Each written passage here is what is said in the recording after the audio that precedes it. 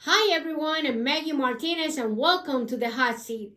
Today with us we have businessman and Republican leader David Henrick. Also we have Pastor Daunta A. He's a state member for the Democratic Party of Georgia. Definitely we want to answer those questions that are in your mind. Can the United States really regain control to cease fire and bring peace to the region?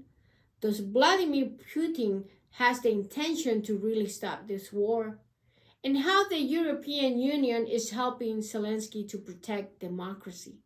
These and other questions will be answered right here in the Hot Seat interview. Presents Starbound Studios starring Maggy Martinez and the Hot Seat Interview. Y ahora con ustedes, Maggy Martinez en Caliente. Welcome, gentlemen, to the Hot Seat interview. Thank you for having me, Maggie. It's great to be here, and hello to everyone out there watching. Thank you. And as always, Maggie, it is a privilege to be here with you, and to all of our viewers, we so appreciate you for tuning in as well. Well, what is your take about Trump's address to Congress last night, Daunta? Well, I think that the president certainly appealed to his audience, to his base, to those members of Congress. We saw that he had his talking points together, and he really motivated. Meanwhile, Democrats were not buying any of it. As a matter of fact, we saw the House needing to be addressed and decorum needing to be reestablished, because my party was not hearing any of what the president was saying. David. Well, it's almost like a role reversal when Biden would give his, I remember when the Republicans would stand up and interrupt. And yes, folks, we need to bring decorum back. We're not going to get anywhere fighting and arguing. And I believe our topic for today will refer to some of what we will be discussing and what we saw last night. Now, I'm hoping that when he's talking about the money that we're going to save, that the United States will save, will be used for a balanced budget. This was very important. Please, hopefully we're not going to spend the savings. It's like getting a bonus tax deduction. Instead of paying down your debts, you go out and buy something frivolous. So hopefully we will keep focused on task here. The future will tell. Well, Daunta, what is your thoughts about the meeting that was held at the Oval Office last Friday with President Zelensky and President Trump? Well, I think what people are saying around the world sums it up best. A meeting like no other, where we saw the president of Ukraine and we saw our vice president and our president begin to have an exchange that became very heated. And ultimately, we received reports that the president asked the president of the Ukraine to leave the White House. And so this is unprecedented. This is something I don't think I've ever seen in my lifetime, to see a president ask another world leader to leave the White House. David. It's a first. Disaster would be a good word to describe the meeting. Non-productive would be another good word to describe the meeting. I mean, I cannot see when President Zelensky comes in with the emblem of Ukraine on his shirt, why worry about what the guy's wearing? I mean, exactly. If you're getting shot at and bombed at, maybe you don't have time to go to Brooks Brothers and buy a suit. Possibility. You're dodging bullets, you're dodging incoming drones and rockets. We should, here again, put aside some of this stuff and let's focus on what the task is at hand. Minerals are valuable, peace is valuable. Remember, peace in Ukraine, between Ukraine and Russia, and we're going to get into that in a little bit later, affects the world. You've got tariffs out there, you've got natural gas, oil, shipping, agriculture. A lot of people depend on different things that are involved and are being held up with this war. As I said, hopefully we can get this peace resolved, and that'll be better for everyone involved. Well, our panel will be every Wednesday on YouTube on demand. It's important that you subscribe and click the bell so that way you could get notification. Also, I wrote a book. It's called The Secrets of Campaigning, 40 Years of Experience, How to Run a Campaign. It's only $25 and you could cooperate with the show buying it on Amazon. Just so you know, the goal of this show, as you notice, is to talk the truth and nothing but the truth. Out there, you will see a lot of shows talking about what's going on in our nation, but here you will find two respected panelists that will bring to you only the truth and nothing but the truth. Well, the first questions are for both panelists. Question number 2, there are differences of opinion whether this war could have been prevented. Some say Putin was always going to invade, while others argue that certain U.S. and NATO policy has been provoked Russia. I do remember a little bit of that, but where do you stand on this issue, David? This is a good lesson in history. When we go back to the 1800s, when it wasn't even Russia, it shows the importance of the Crimean Peninsula.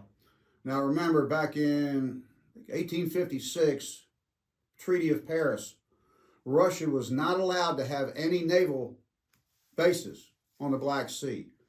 Russia knows, and like I said, this goes back before our Civil War. They were fighting about this.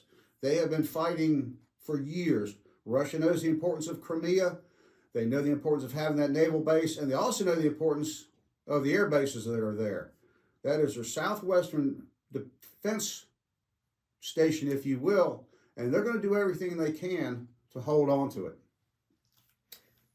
Don. Well, I think what the president of Ukraine was simply trying to make most Americans aware of is that his sitting in the White House on this past week was not the initiation of what has been transpiring for a number of years, to your point. And that this time, it was time to really make Americans aware that the Ukraine has been in a position where they've tried what they could, but they could not necessarily get Russia to cooperate fully, and that there was no assurance. And so basically he was asking President Trump, would you please ensure?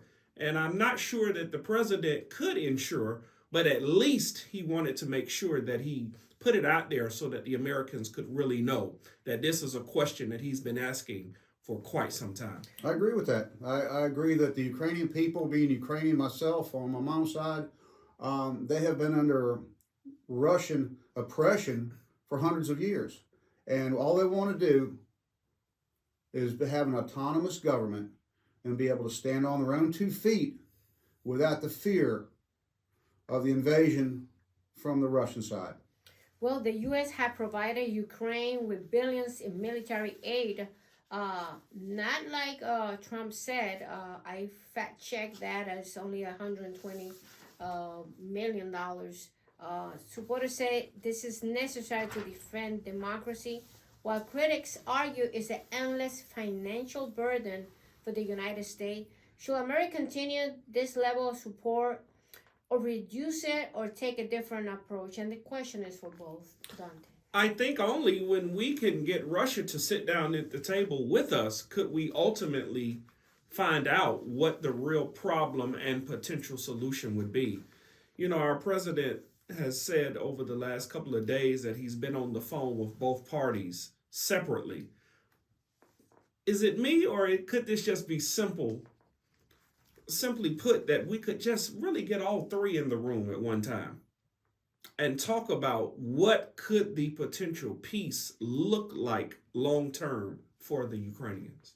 Well, with our financial burden, we're looking, depending on who's doing the number, the Kelv Institute said we're into about $120 billion,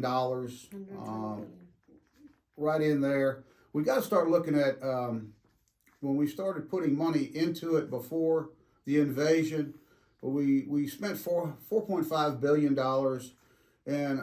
annually, theoretically, we're spending about $400 million in bilateral aid. Now, all that money spent, some of the money has gone to for salaries and things like that, and even pensions for government officials.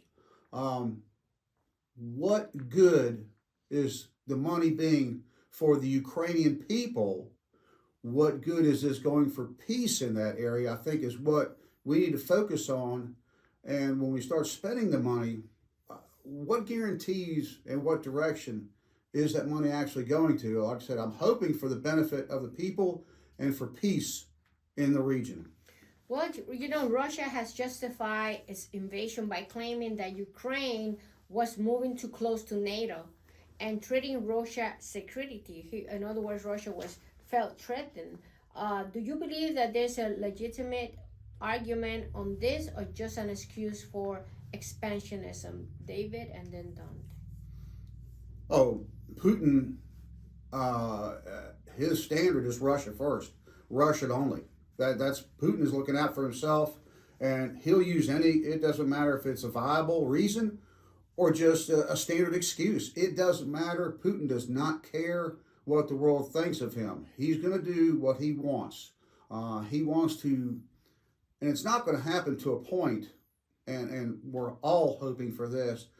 I know he wants to get the Russian back to the way the USSR used to be, where it controlled. Russia needs Ukraine, period. Ukraine does not really need Russia. The breadbasket of that, the value of the grain, farming, Russia cannot feed itself. It needs Ukraine desperately. And Putin does not want Ukraine to be independent. He wants them to be under his control. And I think, David, the point you make is absolutely correct. His self-interest are what rules his decision-making. And at this point, it doesn't even matter if he has legitimate right or not. I think the real question and the real issue here is, does the president of Russia, does he really care about peace, or does he just simply care about the interest that benefits his country? I agree. President Biden has strong advocate for Ukraine providing military and economic aid while sanctioning Russia. Do you believe his administration has handled the situation effectively? And this question is for Daunta. I think our former President Biden really tried his very best to aid the Ukrainians. And ultimately, we must admit, it did not bring peace to the region. So I am critical that it did not bring peace, but I do believe it was justifiable because the Ukraine has really made it clear that they are not going to just bow down to what Russia decides to do, right? And so us helping and aiding them in that process, I believe, has really helped them sustain themselves long term. Well, David, some in the Republican Party, including Donald Trump, have suggested cutting or significantly reducing aid to Ukraine. Do you agree with this position, or should the U.S. maintain support to Ukraine? Well, we need to support Ukraine, period. I know that, yes, they're an ocean away. Yes, they're on Europe's front doorstep and not ours.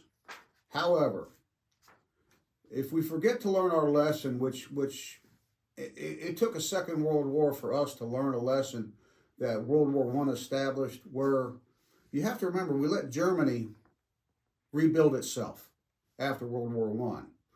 And they did. They rebuilt themselves. We stayed out of it. We stayed away. But look at how they did it. You had a guy named Adolf Hitler who came over from, born in Austria. He rallied the people. He picked out a scapegoat, the Jewish people, and using them as a scapegoat, he united the people of Germany together. Now, we can't let that happen. We didn't let it happen after World War II. We stepped in with allies and we helped Germany rebuild itself. We cannot let Ukraine fall into the same situation. We have to maintain aid, but by maintaining aid, We need to see timelines and destinations and goals established. What's the long term? What's the game plan? Where are we going with this? It cannot be just an endless funding. Well, Daunta, some critics argue that the Democratic stance on Ukraine is too aggressive, risking escalation with Russia. Do you think Biden administration has struck the right balance when he was on power, or there's a need for more diplomacy? I think that question has been raised many times. Now looking back at it, I think that what our former president did was, I think, the best thing he could do at the time. Russia had invaded, and the Ukrainians were without proper defense. And so to give them the money to enable them to defend themselves, to me, was the only right thing to do at the time, right? And I do understand now that many think that this may lead to another world war, perhaps. Only time will tell. But I think what our former president did was the right thing to do at the time. David, critics says that Trump past comments on Russia and NATO had emboldened Putin. Do you believe Trump's foreign policy helped deter this war, or did it make things worse? That's a good one. That's a good one. We know back at the old treaty deal, when the U.S., Britain, and Russia would not represent, but would respect the border of Ukraine. Now, when NATO reached out and made the offer to Ukraine back in 2008, when Bush had even suggested that back then, Russia was not having any of it. They did not want NATO on their front doorstep. And if we remember, we had the same blow up with Finland when they were offered what Putin said about that. So Putin does not want NATO involved anywhere near directly, especially on the Russian border. They know they could lose their bases, their air bases, their naval bases that are in the Crimean Peninsula. That's what he's very scared of. He's worried, and they will, as you see, take aggression. Now, we have a separatist group over in the Donbass region. He wants to keep that territory. They have sworn allegiance to Russia, but not everyone. So when Russia invaded, they came in under the guise, shall we say, that he was going to protect those people who wanted to be Russian citizens. So I believe going to NATO right now, that's still a very, very sore sticking point with Putin. And as we can see, he will make his point known that he does not agree with it. Well, David, there's a concern about accountability for the U.S. aid to Ukraine. How can American people be assured that taxpayers' dollars are being used effectively and not mismanaged? And also, I want you to talk about how the European Union decided to back up Ukraine and give them more funds. That's what. Well, I know we found, as I said earlier, there was $33 billion for U.S. aid that was going over to Ukraine, and they were paying for different services and salaries of teachers, administrators, and things like that, without being directly used for military. Now, when you explain the aid, we have given humanitarian aid, we have given military aid. We need to separate what aid we're talking about, and some of the aid is even actually aid to our NATO allies who have provided Ukraine with weapons, guns, and stuff, where we're going to reimburse them and re-up their military force for the tanks and such that they have sent to Ukraine. So I believe we need to have more specifics and don't make a blanket approach to aid and go, well, here's money, you decide what you need to do. I believe we need to do like a budget and have President Zelensky say, hey, I need $10 million for tanks. I need, $20 million for ammo. I need grain. I need food for my people. And spell out what you need, and I believe that would make the American people feel a lot better and make Congress feel better and the president feel better, hopefully, about what the money is going for. Now, the European Union has stepped up, and a lot of them being our NATO allies, they are providing weapons. However, the U.S. has now got to replenish those weapons to our allies. Daunta, the European Union decided to back up more Ukraine, but it was something interesting because they decided to lead the peace talk. What do you think about that? Right. I think the European Union decided that it would be in the best interest for Ukraine to remain its own independent country, and that Russia could not necessarily bully Ukraine in taking their territory and making them a part of Russia.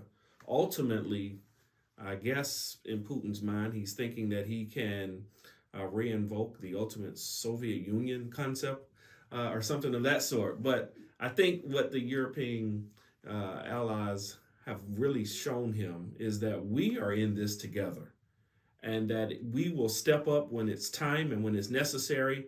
And that's what they did, and that's what Putin does not like.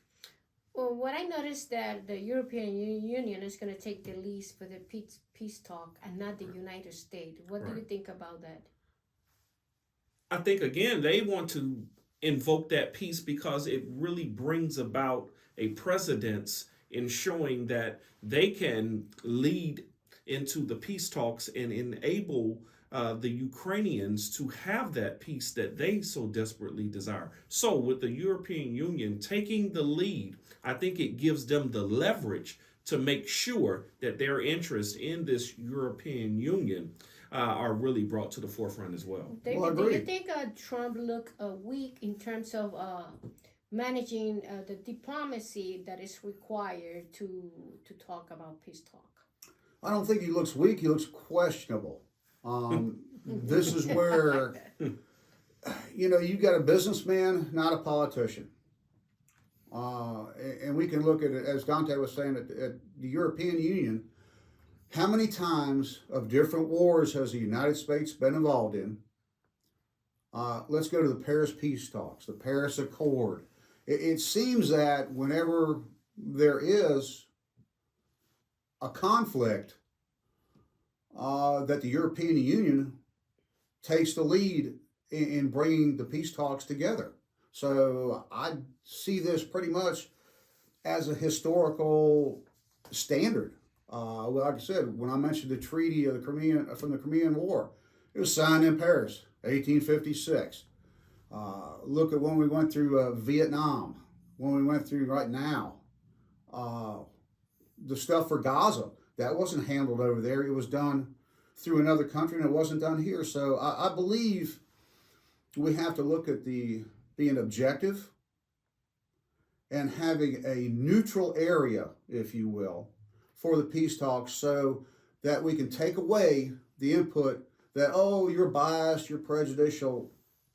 We need to get rid of that. Let's go ahead and back. If the European Union wants to take the lead, fine. But let's get the peace process going. Daunta, some argue that Ukraine should negotiate a peace deal with Russia, even if it means giving up territory. Others believe this will only reward Putin aggression. Where do you both stand on this issue, Daunta? I don't think the Ukrainians should give up their land. And those that feel that way, I find question with what would give anybody the idea that you should give up something that is rightfully yours just so that you can have peace. At some point, you have to fight for what is yours, right? And I stand in total allegiance with the Ukrainians that feel as though that they can not just allow the president of Russia just to just take their land. And taking their land means what next? What does that say for Finland? What does that say for the other countries that are nearby? You cannot just let someone who desires to take from you take it just because they want it. David. I agree. I will say this though. I believe that going back to the Donetsk region that I spoke of earlier, I believe he might have to surrender that because they've already pledged allegiance to Russia. My thought would be, I'll trade this for Crimea. Ukraine needs to keep control of Crimea. We need to keep the Russian bases out of that part, because remember, that waterway is, and Putin knows this, for naval deployment, for rapid deployment for naval forces, the location is very, very strategic to the European door. He is a lot closer to Europe being able to put forces and launch from Crimea. Whether he wants to go to Europe, Africa, he is quicker being there, and that's why he desperately wants to hold on to this. Now, if we have to take the Donbass region and cede that, I hate it. I mean, that's just the thing. Like I said, Ukraine has been under Russian oppression, even going back to before Stalin and such in the Great Famine. That was where the Ukrainian people were pretty much almost exterminated. They were starved out. There's millions, 3.9 million, I believe it was, due to famine. Yeah. So these people have a fond, and I'll say it because my mom disagreed at times, they have a fond hatred against Russia. And this has gone through generations. My mom, she was a peaceful woman, but she didn't trust the Russians. Even being here in the U.S. soil, she still didn't trust them. So I personally, what it's going to take, I'm glad I don't have to make the call. I would make that offer. You give me Crimea, you respect my borders, you can have the Donbass region, and let's go forward. How should the U.S. handle its relationship with Russia moving forward? Should we maintain sanctions, push for diplomatic talks, or take a harder stance at Daunta and then David? I think we should push for the diplomatic talks. Our president says that he's already involved in these diplomatic talks. I don't know if we're ever going to find out, when these were initiated, what was the content of these. I guess they were phone conversations. I don't know when the president says I talk with, so I don't know, exactly what type of communication they were using. But with that being said, the diplomatic talks are significant. They are tantamount because we need, for the sake of the Ukrainian people, to have peace in the region. And so if our president feels, and he does feel as though he can handle those talks, only time will tell. But yes, I do think that it is incumbent upon our president to continue diplomatic talks that lead towards peace for the people of the Ukraine. David? I agree. We actually need to do both. I would like to see the diplomacy. Let us reach out, and I can go back to let's look back when Richard Nixon, he was one of the best foreign policy presidents I believe we've had. Granted, he runs a little bit questionable election campaigns, but he did help open up China to the world through negotiations. Number two, the economic sanctions need to stay in place until we make progress through negotiations. We just can't back off those sanctions. They need to stay in place. And I do believe that even as while we're sitting here, Daunta and I, being Republican and Democrat, we can talk, we can negotiate, and we can find common ground. Now, I implore the president of both the United States and of Russia, Trump and Putin, need to sit down with Zelensky and let's get this negotiations going. Let's quit talking about it. Let's do it. Well, for closing arguments, the war in Ukraine has already reshaped the global politics. What do you believe will be the long-term consequence of this conflict for Ukraine, Russia, and the world? Daunta and then David? I think the long-term effects is what most people will associate what they've seen in the media. And that is Ukraine fighting tooth and nail for their land, for their people. And I think that where we can look at this point is that the United States has continued to support the people of Ukraine. And as we just said moments ago, we look for diplomatic conversations to be had. I do agree with you. We do need to maintain those sanctions in place. And moving forward, let's see if we really can allow the European Union to come in and be that neutral agency that can really push the talks a little further than what we can do on our own. Now, if we can maintain it on our own, and if we can literally have a conversation and make it happen, so be it. But if the European Union comes in and really puts in place what needs to happen for Ukraine and what needs to happen for Russia and what needs to happen for all of its neighbors, then I think we really have a good solution moving forward. David. I think the future could be beneficial to everyone, especially the European Union. And if you could ever build a trust between Ukraine and Russia, Ukrainian, they have the potential to supply Europe with grain, cattle. They could help feed the European Union. Russia, by recognizing Ukraine's sovereignty and borders, could have a stand down. They could put most of their efforts, instead of being militarized, into peaceful purpose of improving the state of the Soviets. Now, we do know about the mineral rights, and while it sounds great, the realization there's great benefit there. However, the last mineral estimate was done by the Soviet Union, so we have no idea how accurate that is. We need to, going forward, if we can have peace, because you're looking at a plan that's going to take 2 decades to develop the resources. When you have the titanium, zirconium, lithium that are possibly available to help the future growth of not only Europe as they go through for the electronic vehicles, but the United States also. So there's a lot of potential growth for everyone if we can establish peace and trust. There has to be trust between all, or this won't work. Well, a huge thank you for our guests, David Hamrick and Daunta A for sharing their perspective. And to our listeners, your voice matters in this debate. Keep the conversation going, stay informed, and always stay in the hot seat with us. Thank you, gentlemen, for coming. Thank you, Maggie. Maggie, thank you for the opportunity. And thank you to our listeners for joining us. We appreciate it. Absolutely. Today, the discussion makes one thing clear. The war between Ukraine and Russia is not their fight. It's a battle that impacts the United States and the entire world. Billions of U.S. tax dollars has gone toward Ukraine defense and certainly for democracy.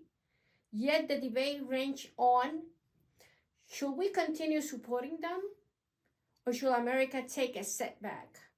President Trump's recent Oval Office meeting has only intensified the conversation, raising questions about the future of U.S.-Ukraine relations and whether a shift in leadership will change American stance. The reality is Ukraine is still fighting for its survival, Russia is still pushing his agenda, and the world is watching how the U.S. will respond. Will we remain strongly allied, push the peace deal, or leave Ukraine to stand on its own? The decision will define global power for years to come. This is Maggy Martinez, the Hot Seat Interview. Until next time.